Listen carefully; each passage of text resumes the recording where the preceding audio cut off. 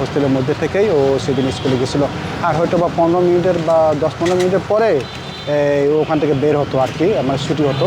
এর মধ্যেই এই অনাকাঙ্ক্ষিত ঘটনাটা ঘটছে আর কি। আমার ভাগ্নি আর কি, মানে আমার বন্ধু লাগে প্লাস আমার ভাগ্নি লাগে, প্লাস এটা হলো গতকালকে ওই যে ইয়েতে হয়েছিল, ঘটনাটা হয়েছিল, ওখান থেকেই ওরে রাত্রেবেলায় নিয়ে আনছে। রাত্রেবেলা নিয়ে আসাতে ওই এখন বানিউতে রাখা হয়েছে। রাখার পরে রাত প্রায় 2:30-এর সময় আমরা জানতে পারি সে হলো মানে পুরোটাই মানে ডেট হয়ে গেছে।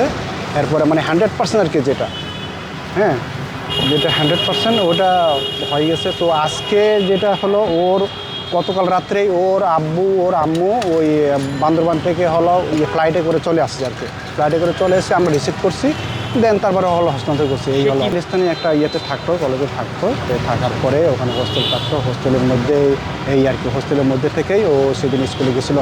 আর হয়তো বা 15 মিনিটের বা 10-15 মিনিটের পরে ওখান থেকে বের হতো আর কি, আমার ছুটি হতো। এর মধ্যেই এই অনাকাঙ্ক্ষিত ঘটনাটা ঘটছে আর কি। বান্ডেল থাকলে প্রতি সেনমানিতে টাকা বাঁচবে। বিকাশ সেনমানি বান্ডেল কিনে যেটা আসলে খুবই দুঃখজনক। এগুলো আমার বলার কোনো ভাষা নাই আমার কাছে। একদম সব শেষ করে এইমাত্র ওই রাঙামাটির উদ্দেশ্যে রওনা দিল। এই রাঙামাটি না, বান্দরবানে, ওদের গ্রামের বাড়ি বান্দরবানে। তো এটা আজকে দিনের মধ্যে পৌঁছাবে আর সবাইকে বলে দেওয়া হয়েছে। হ্যাঁ, বাবা মা ছাড়াই থাকতো। তো 2 মাস বা 1.5 মাস পরে শিশু শিক্ষার্থী মারা গেছে। তো সেখানে পরে একজন সে এখানে কিভাবে ওই জায়গায়? হ্যাঁ, ওই জায়গায় সে হলো মানে ক্লাস করতেছিল, মানে ক্লাসরুমের বারান্দায়, মানে বারান্দায় আসছিল, যার কারণে ওইভাবে মানে এফেক্ট হয়েছিল আর কি। ওই বিমানটা ওইভাবে আসছিল, এসে মানে দগ্ধ হয়েছে পুরোটা। তো দগ্ধর পর আপনারা কি লাশ শনাক্ত করতে পেরেছেন? হ্যাঁ, দগ্ধের পরে আমরা লাশ শনাক্ত করছি, প্লাস আমরা সবাই শনাক্ত করছি আর কি। অবস্থা এটা হলো মাইলস্টোন কলেজ, এটা ইয়েতে